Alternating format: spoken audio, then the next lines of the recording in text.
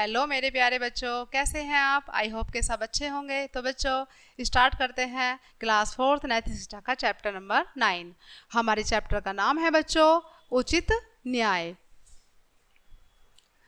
तो बच्चों story start करते हैं। महाराज रणजीत सिंह पंजाब के राजा थे। जो महाराज रणजीत सिंह थे वो कहाँ के राजा थे बच्चों? पंजाब के राजा थे।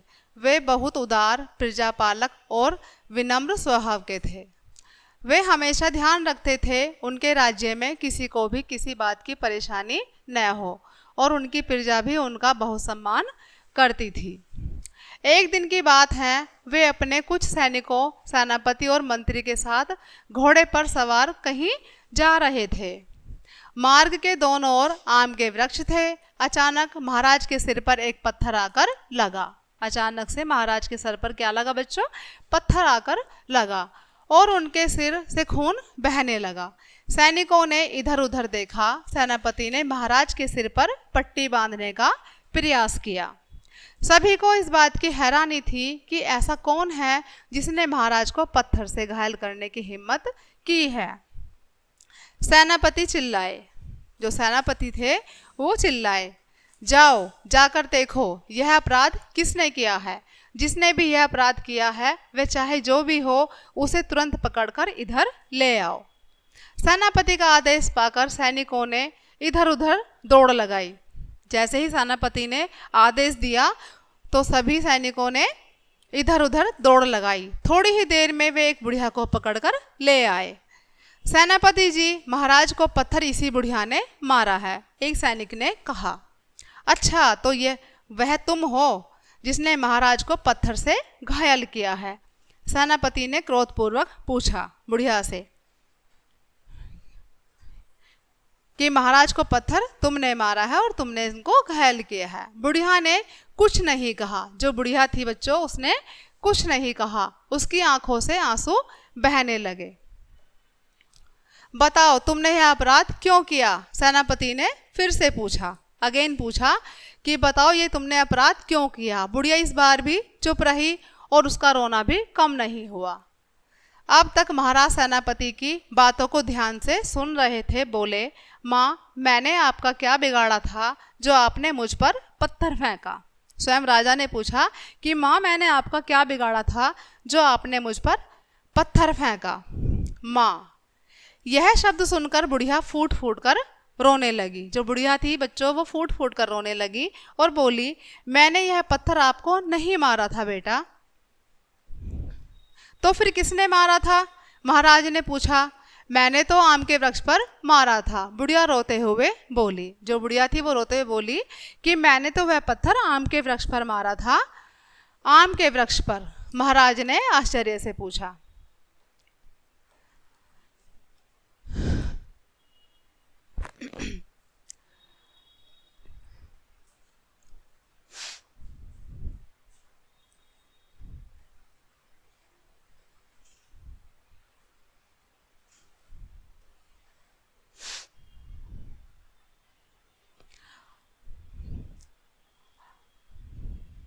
महाराज ने आश्चर्य से पूछा, हाँ, आम के वृक्ष पर। मैं एक गरीब विधवा हूं, मेरे 3 बच्चे हैं।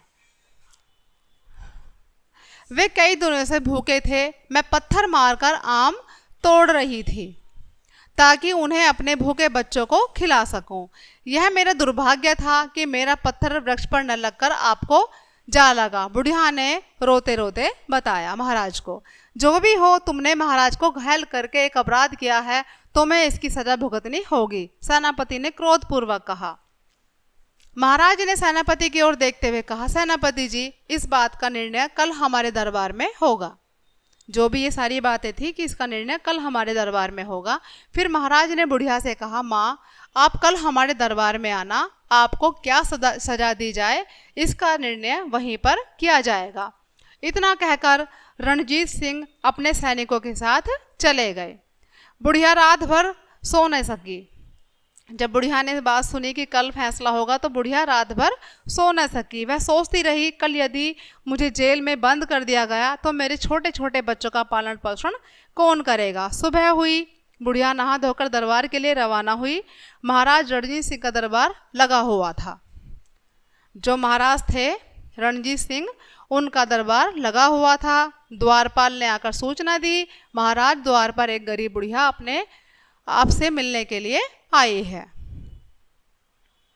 ये बुढ़िया है बच्चों जो पिक्चर में दिख रही है, और ये सामने महाराज हैं, ये उनके सैनिक हैं। बुढ़िया आपसे मिलने के लिए आई है। वह कहती है कि आपने ही उसे दरबार में बुलाया है। बुढ़िया ने दरबार में प्रवेश किया।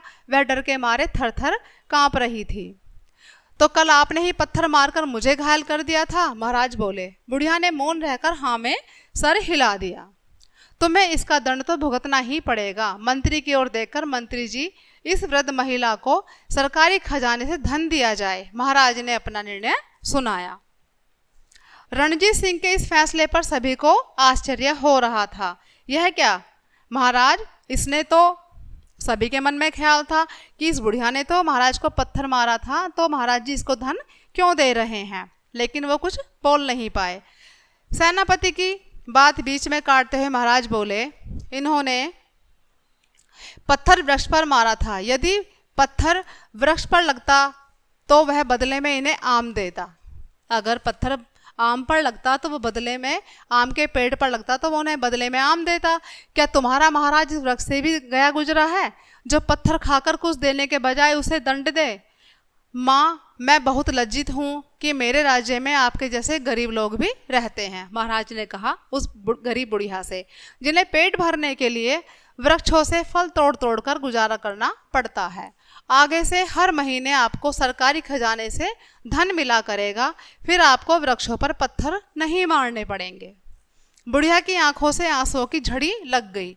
वह चाहती थी कि महाराज के चरण छू ले, पर महाराज स्वयं अपने सिंहासन से उतरे और उस बूढ़ी महिला को धीरज बंधाया। जो बुढ़िया रो रही थी फूट फूट कर, महाराज स्वयं आकर उनको धीरज बंधाया, उनको चुप किया। तो बच्चों, देखा आपने महाराज रणजीत सिंह का न्याय। इस प्रकार प्रकृति का कण कण भी सदियों से परोपकार में लगा हुआ है। वृक्ष दूसरों के लिए फलते हैं, सूर्य दूसरों के लिए तपता है, वायु दूसरों के लिए चलती है, बादल दूसरों के लिए जल बरसाते हैं। अतः हमें भी परोपकार करना चाहिए। इस कहानी से बच्चों हमें शिक्षा मिलती है कि परोपकार सबसे बड़ा धर्म है। जो व्यक्ति दूसरों के हित के लिए जीता है उसका जीवन महान है। वही जो व्यक्ति सिर्फ अपने लिए जीता है उसका जीवन एकदम व्यर्थ है। तो बच्चों, ये थी हमारी आज की प्यारी सी स्टोरी। आई होप कि सभी को समझ आई होगी। तो मिलते हैं नेक्स्ट चैप्टर में ऐसी ही प्यारी सी स्टोरी के साथ। तब तक के लिए बाय बाय।